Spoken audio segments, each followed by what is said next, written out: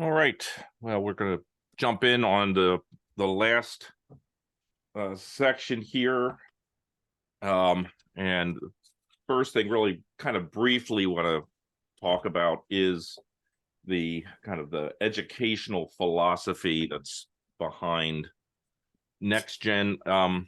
Sent you a brief article on adult-centered learning, andragogy. Have you had much background in that? Are you aware of adults, how adults learn that are different? Sometimes some folks have kind of gone through that in seminary or some other place. I had one education class in seminary, but hold on, this is my bug guy. Yeah.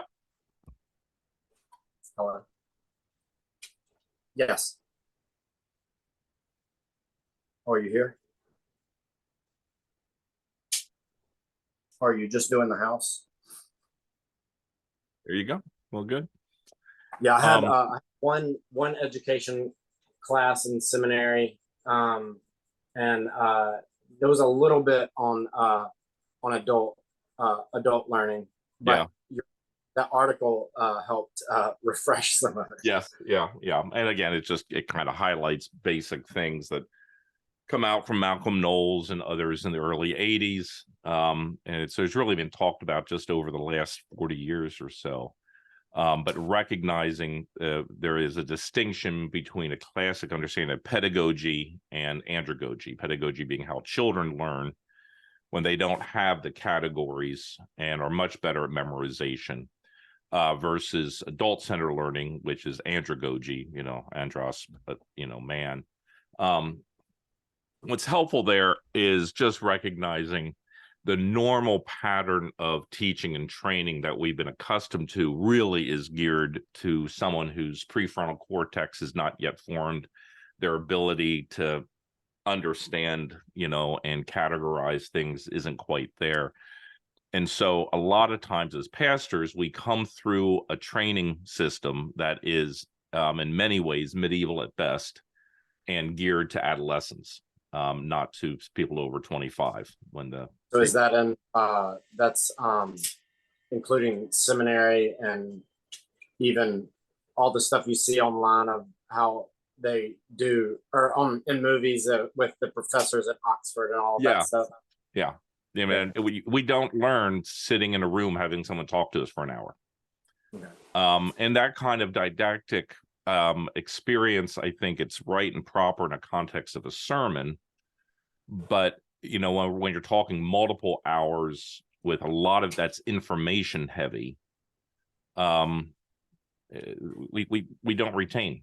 And so I think we're ineffectively training pastors. But what's more ineffective is they leave seminary and do the same thing. They replicate what they've experienced. One person standing in front of a room talking to a bunch of people. And again, there may well be a place for that. For this, I really encourage, it's important that modules we have are meant to be interactive. Any information there is really a conduit for relationships. It's not information for information's sake. So I often, encourage you, if you have a cohort, don't set up a classroom.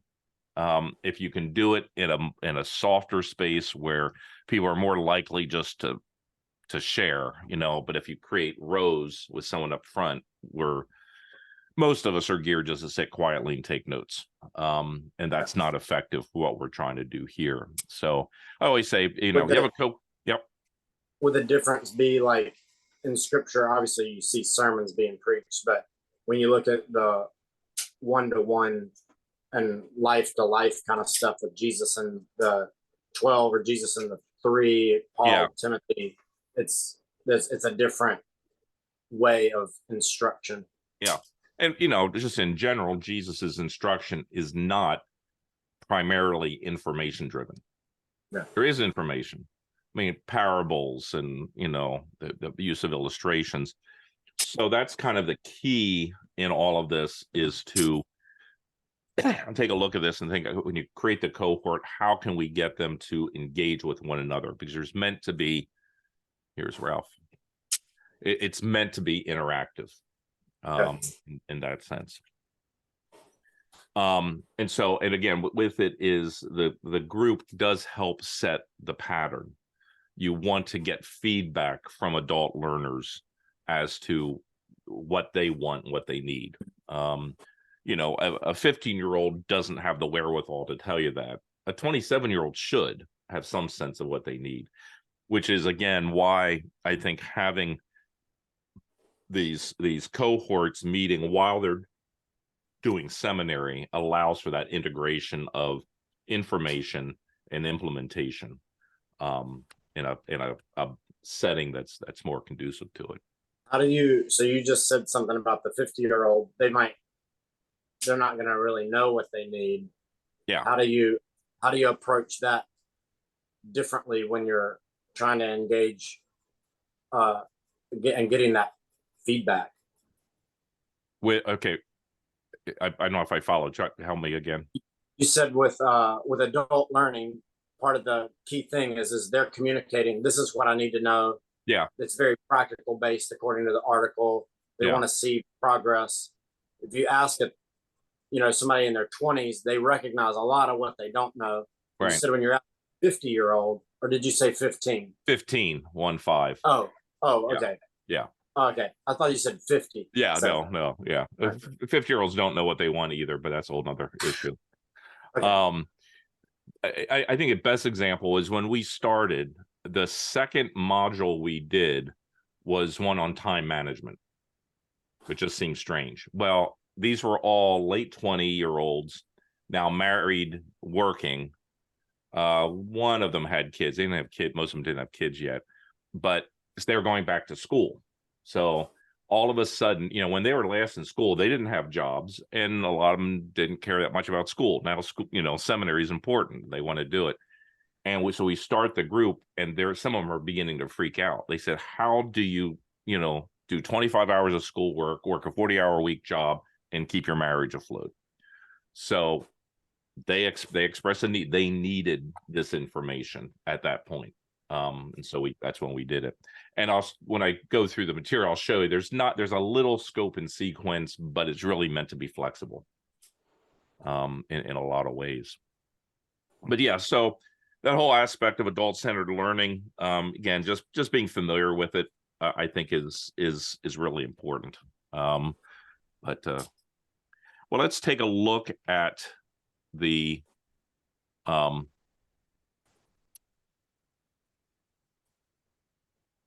what it looks like for the module.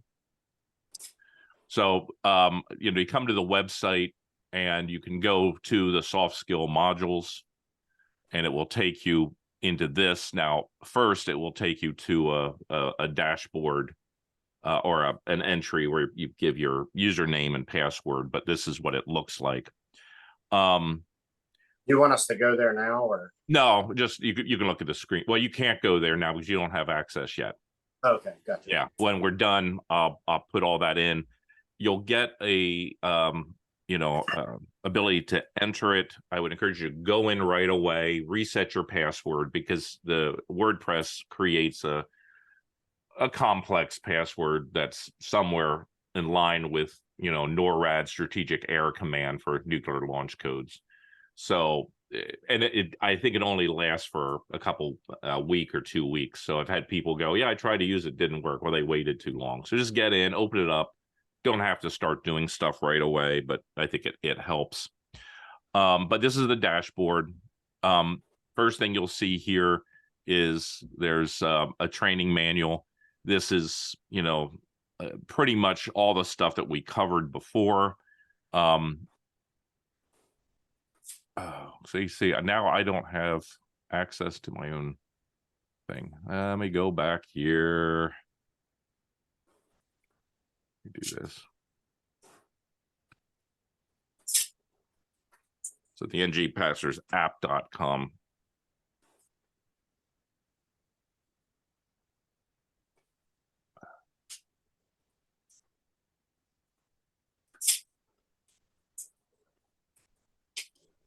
Some reason. Let's see. Nope. I have to, some reason.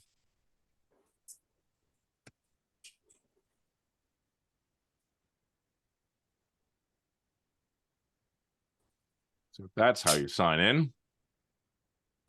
Now I'm in. Okay. So you come here, where do I begin with the cohort? Is a little old, but basically what we're doing, there's a little video, you can look at that. And a little bit of the scope and sequence is, start with and I'll show it to you, the intro, what are soft skills, to let people know what we mean by that. And then cohort introductions, pastors community, and then you can walk through these. If you're going to follow any pattern, that's kind of where you would start. But you don't have to. It helps for reasons I think you'll see in a minute. There are some promotional videos there, but all the stuff that we talked about, during our time, you'll find here. The other thing to keep in mind are the expectations of a next gen cohort. If any of your students are going to get a discount from Covenant Seminary or RTS, they need to fill out this, and it's all, you can download the PDF, you fill out the mentor thing and you send it in, like for right now, I guess, to me. We'll figure it out with Paul Joyner in Geneva. And then the students fill it out, just because the students are required to attend at least 75% of the meetings in calendar year. Because if they're getting a 50% discount, they need to show up. The seminaries don't want to give a discount if they never come. That's not fair. And this is saying, as a mentor, you'll do at least 7 meetings, and meetings can be 2 hours. The meetings I do are 6, but 2 hours is fine. Just that you're keeping up a regular cadence with it. Your meetings are 6 hours long? Mine are, but they don't have to be, because I'll show you the material. Any module takes about 6 hours to do. Most of the cohorts will divide it up. They'll do the first part, 1 meeting, and in the next month or in 2 weeks, whatever works best, then they'll do the second part. I can get away with it because here in Wisconsin, since we're paying, 84%, but their tuition is covered 84%, we can demand anything we want. And if you want to set that up, that's fine. But especially if it's a renewal cohort, you're not gonna, the guys aren't going to give 6 hours. It's too much time. So there is also here, and it's a little dated, haven't gotten anything set up since then, but the memorandum from Covenant Seminary, this describes, it's an MOU, all the requirements if they're going to be getting a discount. So just being aware of that, and that's what all that is. So that has all the information, at least enough to get you started. And frankly, what we're doing here has that andragogical construct, in that I'm giving you information. The key is you got to jump in and figure out what you don't know. I can't tell you everything you need to know. It takes some time. So there's a degree of being overwhelmed with all of this. The intro here to soft skills, I kind of say start here. And this is the normal pattern. Almost every one of these modules follows this pattern. You can see, the time I'm saying it should take. But this one, I'm basically saying, start here, because when you say soft skills, people don't know what you mean. You want them to have the language of spiritual formation, soul care, emotional intelligence, cultural intelligence, leadership, and marriage, just to know these are the areas that are important.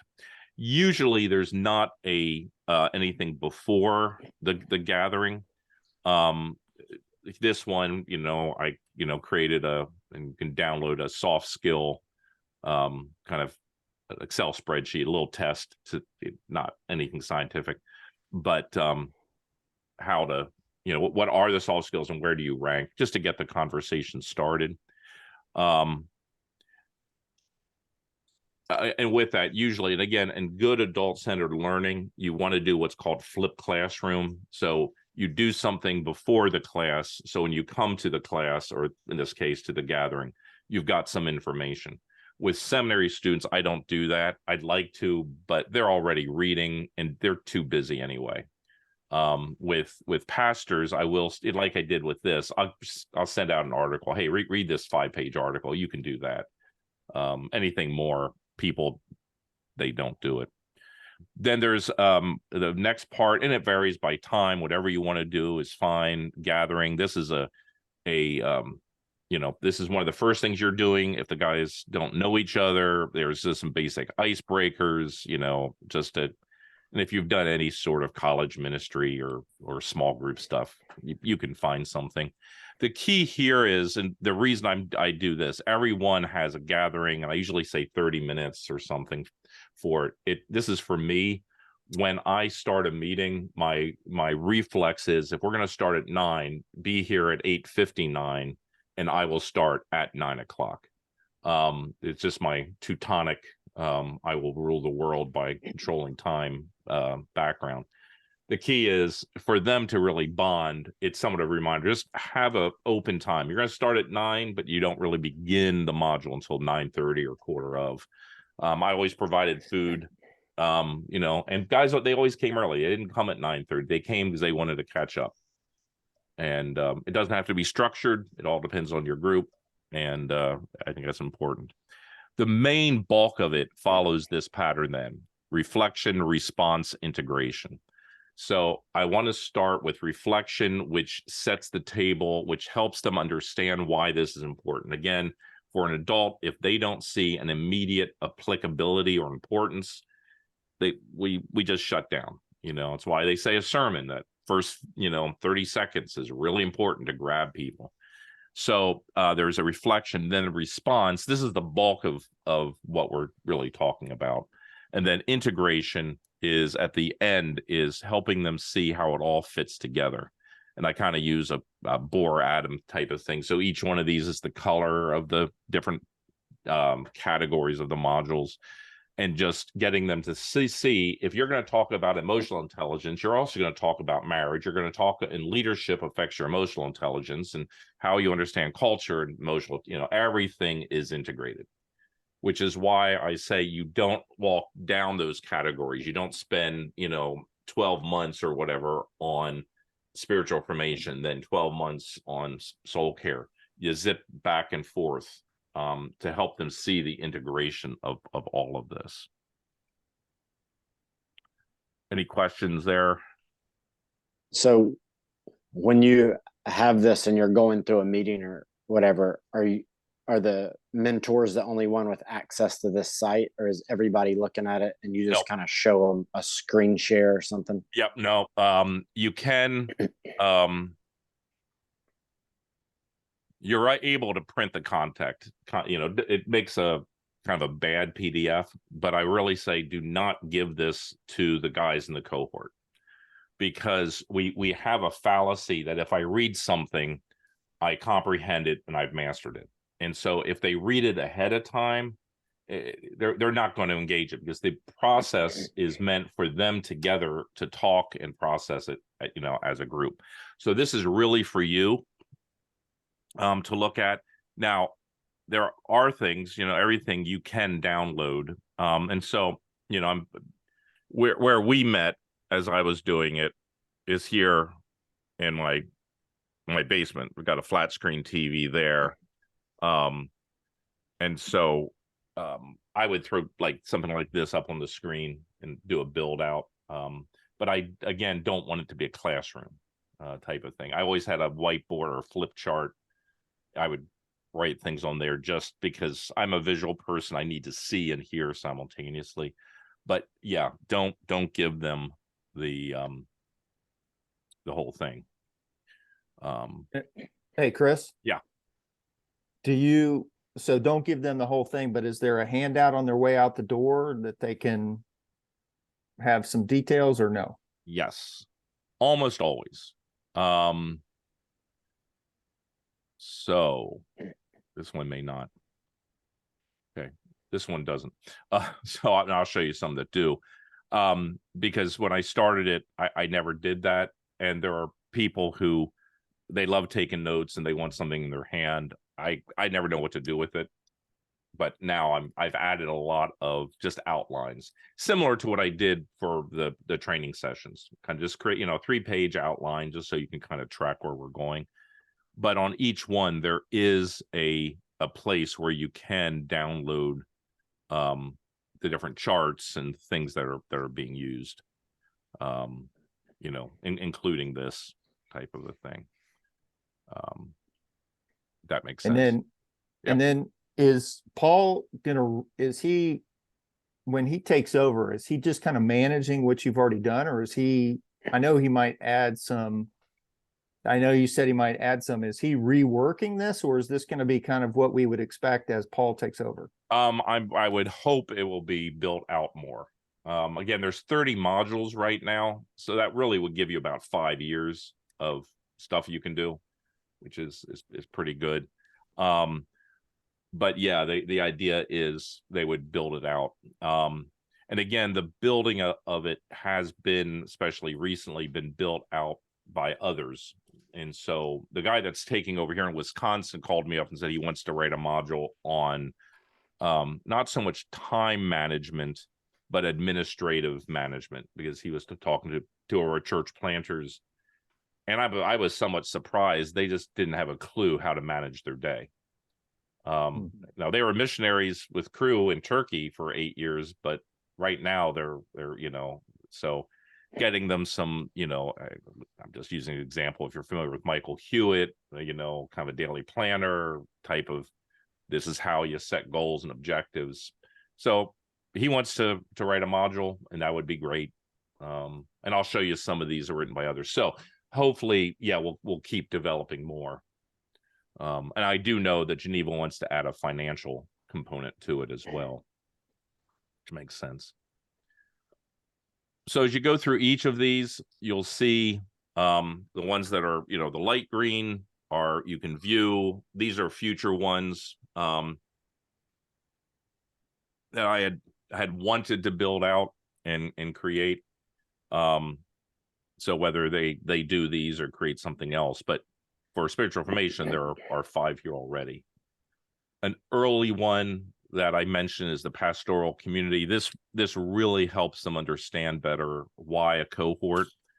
And there's a lot of interaction. So anything you see here is a lot of text here, but you're meant to be talking for like no more than 10 minutes at a shot. It's meant to be interactive.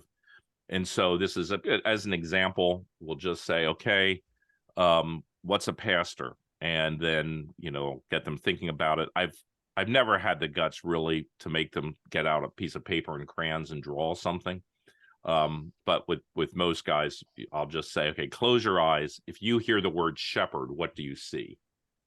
And they'll almost always come up with this kind of a picture. It's someone alone, just with sheep, no trees. It's hot, it's dirty. And going, when we talk about being a pastor, that's the image that, whether intentionally or not, we have, the congregation may have. And then I'll throw up on a whiteboard or flip chart, okay, kind of a thought bubble.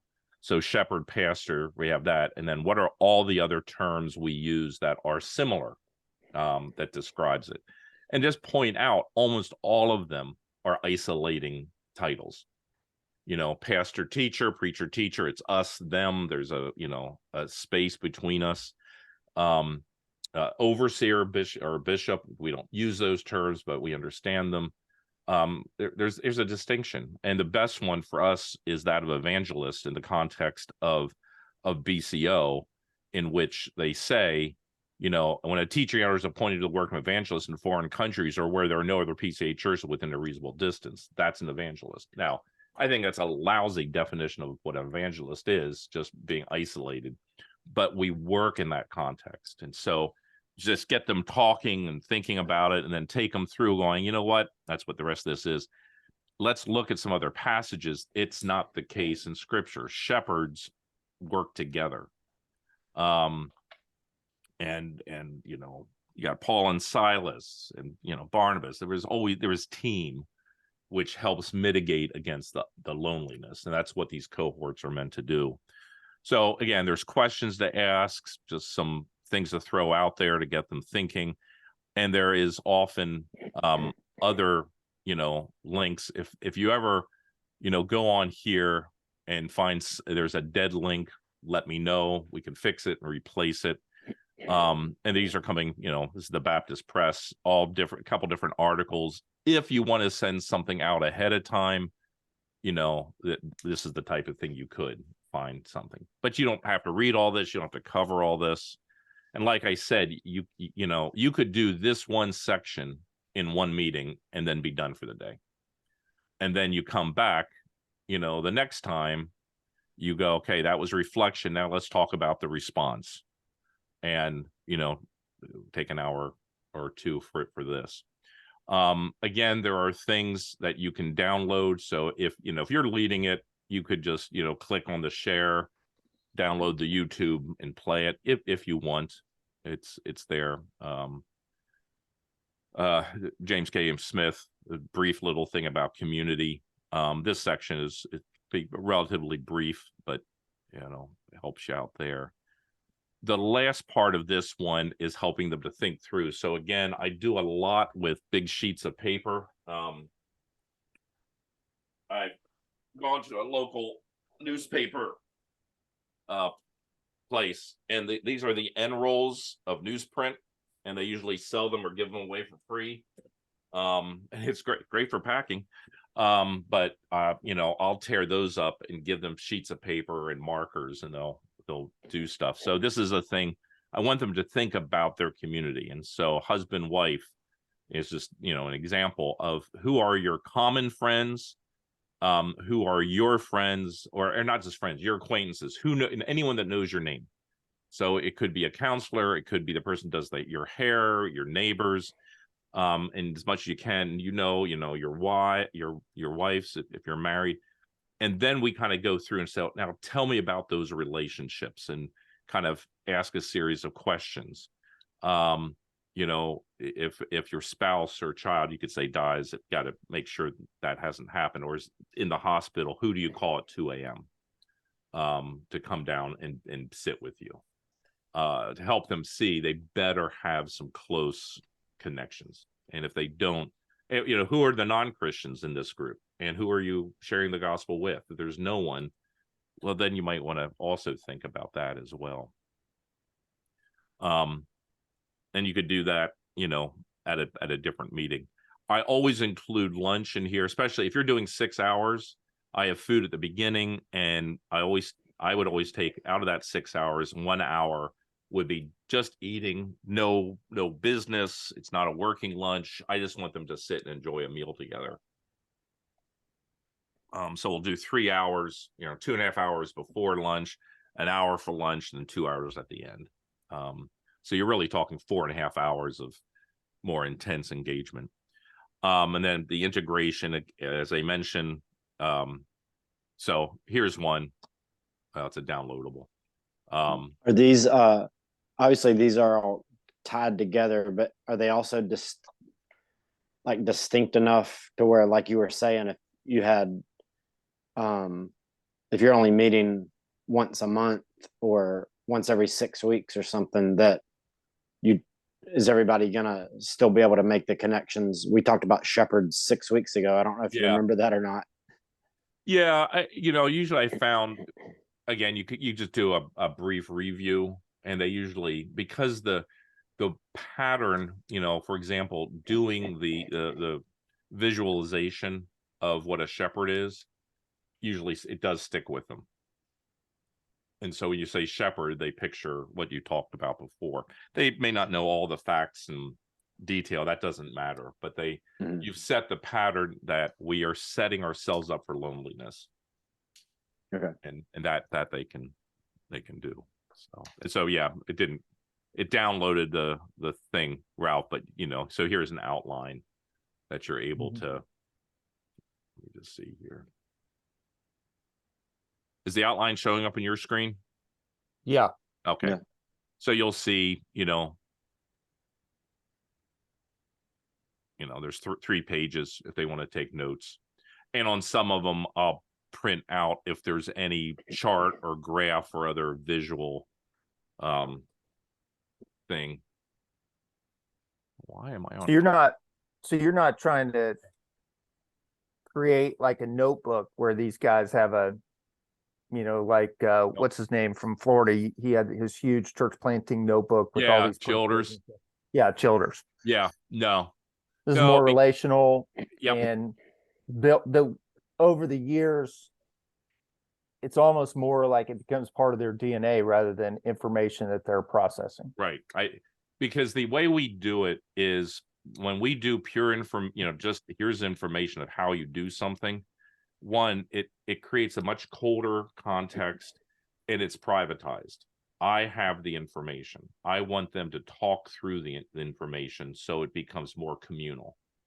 Mm-hmm. So, I had one guy, and he was great, but a little bit of a know-it-all. And so, he would make comments when we were doing leadership, and he would just say, no, as a pastor, I would just tell people this is what you do. And because I'm the pastor, they better do it. It wasn't quite that harsh, but it was close to it. And I could have, instructed him, but I just sat there, and one of the other guys just kind of, not in a harsh way, started asking him questions. I said, do you like it when someone does that? And they kind of processed it. That same guy, in a good way, I spent a little time talking about some of the pastoral struggles with, counseling with somebody that became a stalker and kind of some of the dangers involved with that.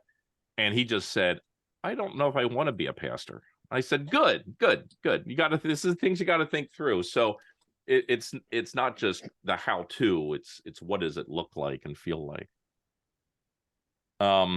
Again, soul care, a lot of this, you'll see it in the caring for ourselves and leading in a chronically anxious culture. There's background here of Edwin Freeman, a non-anxious presence, if you're familiar with him, and or family systems. So this is a module. I want them to think through their family of origin. And again, there's a lot of big paper, talk about nature and nurture. And again, just there's a trailer for a documentary that's fascinating about how we're shaped. And, again, all this stuff you can kind of talk through, some of it birth order type of stuff to get them thinking. I want them to start thinking who they are and how that affects them. And so part of it then is helping them do a genogram. Have either of you done a genogram? Is that familiar? It's basically, it's a medical history that in medical history is part of it, but it's also emotional history, family history. So this is a somewhat of a falsified one. This is mine, but my wife said, yeah, I don't know if you want to put all of your stuff here. So some of it's true, some of it's not. So I added siblings and some other dynamics, and it looks complex. There's a key that all goes with it. I have them come prepared. If you can do 4 generations, as much as you can do, and then think about marriage, divorce, any disease, stress, abuse, chemical, emotional, physical, and put it on there. It's fascinating what they begin to see about themselves as a pastor. The guy who was 11 when his parents divorced, and it was fascinating. He never connected the fact that his church was made up of almost entirely divorced couples. He said it wasn't intentional, and it's not where I live. For some reason, I attracted broken families. Whereas Janet and I have realized we have no close friends who ever divorced. All right. It's weird. We just don't know any. We know people have divorced, but it's not us.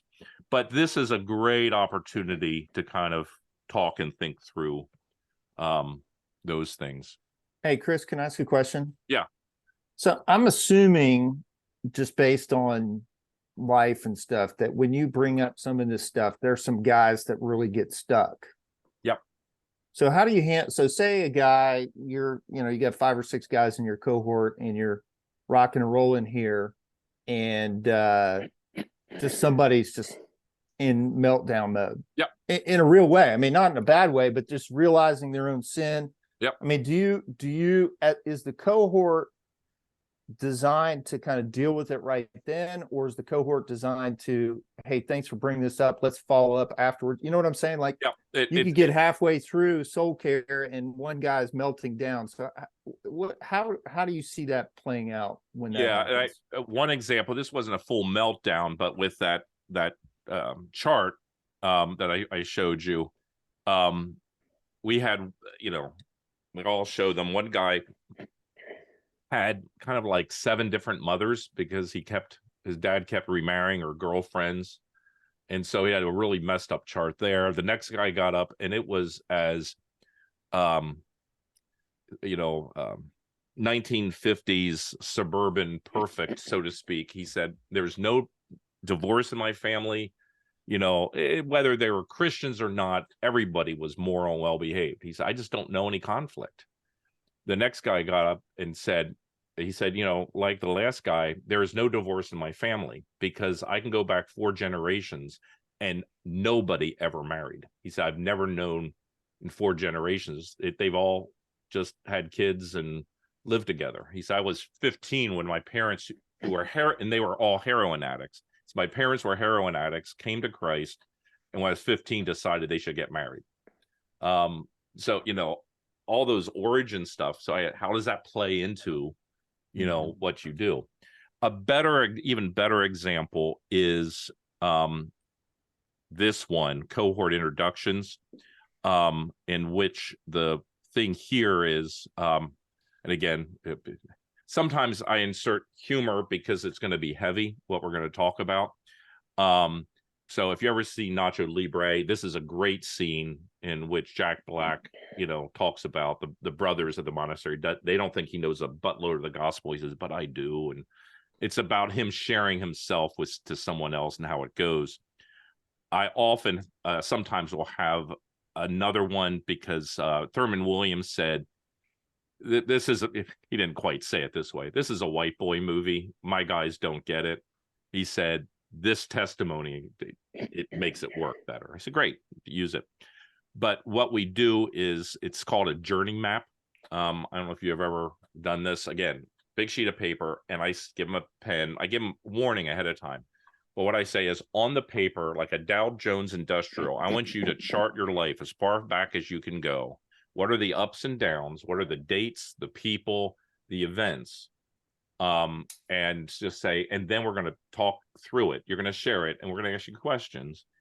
And some of the questions are, how do you think this will affect your ministry? And so I would go first, and it was doing something like this that helped me realize I got abandonment issues. My mother died when I was 14. It's not like she abandoned me, but she abandoned. My father remarried quickly, abandonment, or a couple of things.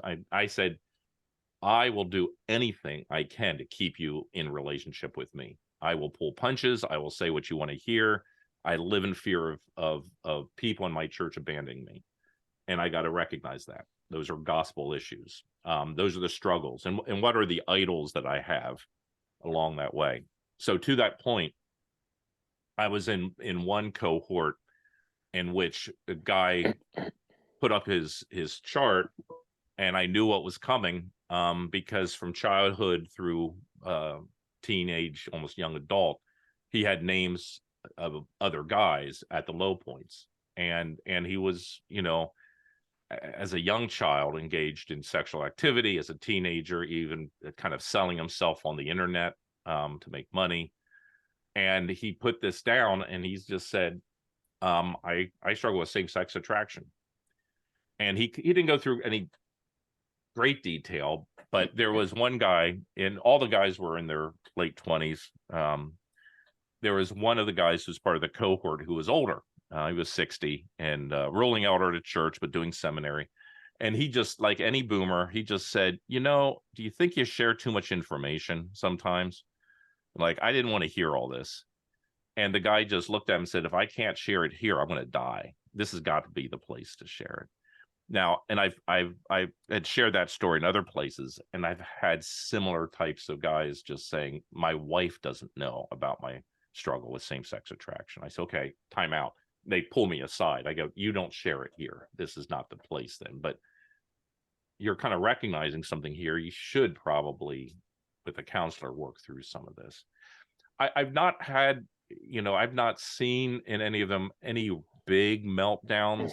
But guys, just having confessed, a guy in one of the cohorts, his father was a PCA pastor and fell to immorality, and ended up actually going to jail, and now he's preparing for ministry, and he's not as raw as he used to be, but kind of raw, but processing it. And it was fascinating to watch the group help them process it. But you got to build that up. And it's for that reason, for some of these, depending on the group, I don't dive real deep real fast. So especially for certain ethnic minorities, Americans will, white, will share anything out in the open. It was like, this is who I am. Talking with like some of the Korean pastors, that they have to build a relationship first. So I wouldn't do this kind of exercise or family of origin early. I would do more introductory things, give them a chance to begin to share. And it seems like, depending on how many guys you have in your group, doing something like walking through your genogram or your journey map or whatever could take a long time. Yes. Yeah. And so that journey map, it's going to be almost an hour a person. So some of those, I know a couple groups, almost the first, not a year, but it could be almost a year. That's what they're doing. And so if you do that, then okay, make sure you spend some time just, obviously you should anyway, but praying with and for each other and talking to those things. The genograms go a bit quicker. You can do those in about 20 minutes a person. But if you have 6 people, then you're talking 2 hours. So you might break it over 2 sessions. Okay.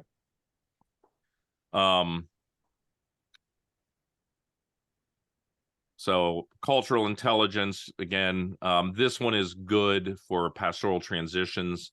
So this is a good example. This one was written by Chris Polsky at Trinity. He's did his D-Min at Covenant, and it's a great thing. If somebody's preparing for ministry, this will not make sense. This is really for his D-Min as founders to successors transition, but there's stuff that's good for anyone. So if you've got a older group, that type of thing is helpful. And you'll see kind of who wrote it.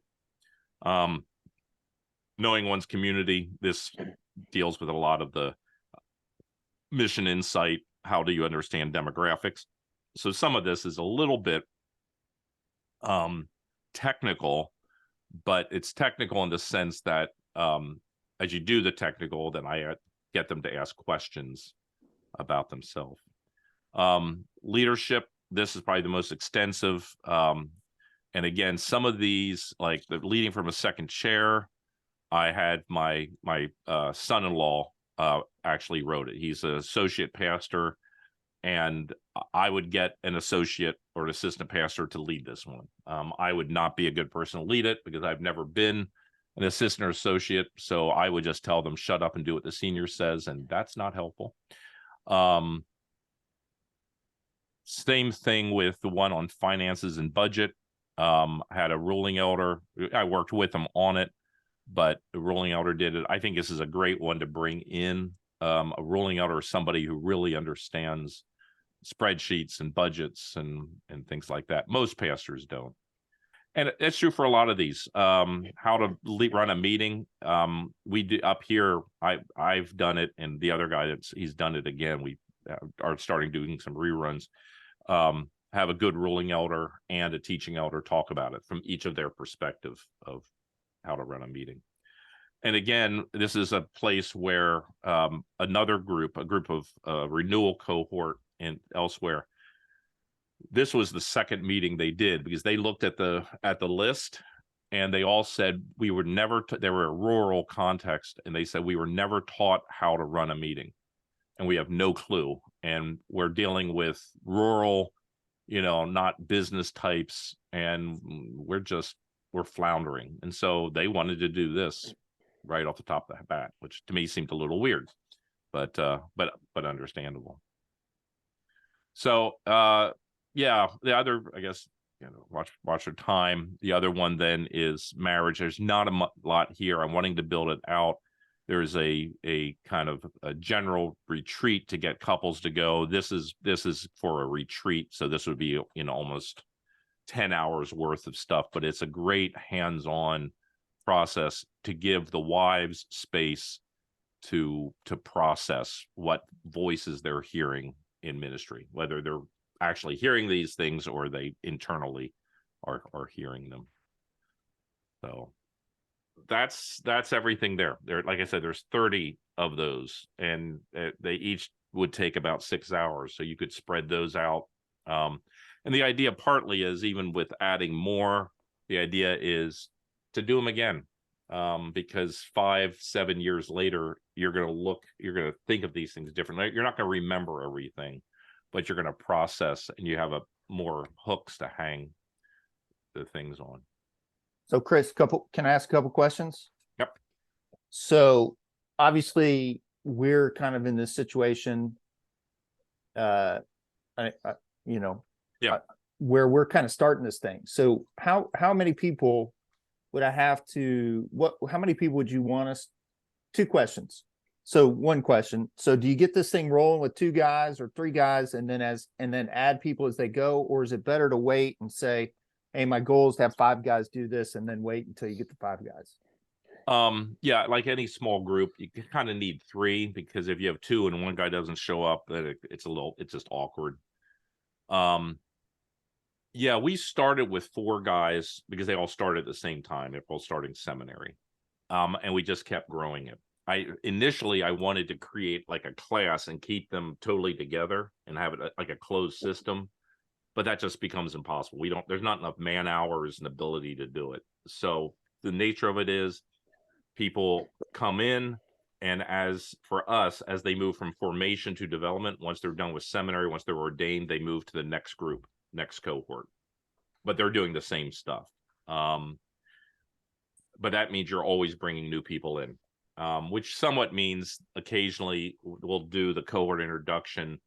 At least the new guys do a full introduction. The guys that have been there will just give a more brief verbal type of thing, which is not totally fair, but it's the best that can happen.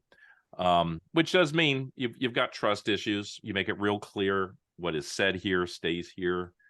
There is one of the modules is it is what used to be called a tech group. The Quakers, it came from the Quakers, called a clearness committee, in which people come with issues they need to discuss. The group decides which one issue they want to discuss.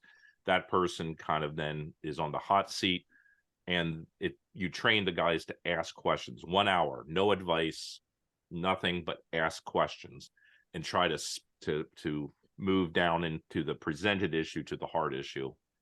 And then when that's all done, there's a whole series of things that go on that I think are real helpful. But then you give advice. And so that type of thing, like that, it was one of the meetings that I was in. Some other guy talked about some of his struggles. Well, he didn't talk about his struggles with same-sex attraction, but one of the guys just said, and I knew this was the case. He said, "Are you talking about, same-sex attraction?" And, he's married, has kids, but he said, "Yeah, I am." And the group just came around him and talked through it. He wasn't, given all the conversation we were having, he wasn't justifying it or anything else. He said, "I struggle with this and I hate it. And so what does it look like?" And his wife's aware of it, and they pray about it. So. Okay. So follow-up question. Yep. So do you have, like, as you're casting the vision to this for your young guys, obviously this was a few years in the making for you. Yeah. Is there like a 1-page, like, promotional sheet, or is it more just telling the story? You know what I'm saying? Like, Yeah. when I'm raising support, I've got a 1-page thing that says, I'm looking for people, prayer, and provision. Do you have like a 1-page just kind of piece for something because it feels like this is so different than anything else out there. Yeah. you know, we do Bible studies or we do seminary or whatever. So, you know, I mean, I feel like I can express what this is pretty clearly, but Yeah. is there a one sheet kind of thing that you would want to hand out or that you give to your guys when you're challenging them to be a part of this or sharing it with Yeah, people? I think the best thing is on that the training manual, there are 2 videos. There's an on Wisconsin video, which is more the church planting video, but we talk about the cohort. But then there's a NXTGEN video, you know, it's a 5-minute video. That Yeah. kind of gives, I think, a visual and a emotive sense of what's involved, because it is hard to explain. What, Wait. oh, go ahead, Ralph, if you had another one. That's it. So obviously, Chris, you wrote a lot of this stuff, so I'm sure your prep time would look a little different. Yeah. What should we expect as far as somebody who's going into this stuff new, Yeah. preparing to lead one of these meetings? A couple of the guys have said, like Brad Carpenter out in Sacramento has said, it's taking him about an hour and a half to 2 hours to prep for almost 6 hours. Because, you know, he can print it out. It's a series of questions. You know, you're not having to learn everything. And again, I'll do, because I do some visuals type of stuff that can take a little bit longer. It's not a full-blown PowerPoint slide deck, but I'll have, you know, this chart and that chart. That takes a little prep, but yeah, a couple of the guys have said it just takes them about 2 hours to prep, which I think is pretty quick. A lot of them have said it's plug and play. It's pretty easy. Now you can always dive. If you want to dive deeper, you really can. So what I'd say is, I've got a meeting at the top of the hour. Actually, guys in Bogota, Colombia, that are using it. But what I'll do after that or later today, you'll get an email from WordPress with the password. Just jump on, log in, start running with it, and then please reach out to me and just say this isn't making sense, or what, you know, what would you say here? That's what I'm here for. And even though, you know, we're shifting it over to Geneva, I'm a consultant, so this is what I'm doing. I'll be down in Atlanta next Monday, or the Monday after, not Labor Day, to help bring Paul Joyner up to speed a bit and get those conversations going. So I'm still very much involved. Okay. Well, good. Great. Well, we Thank will you. talk later. All right, Yeah, thanks. peace. Bye.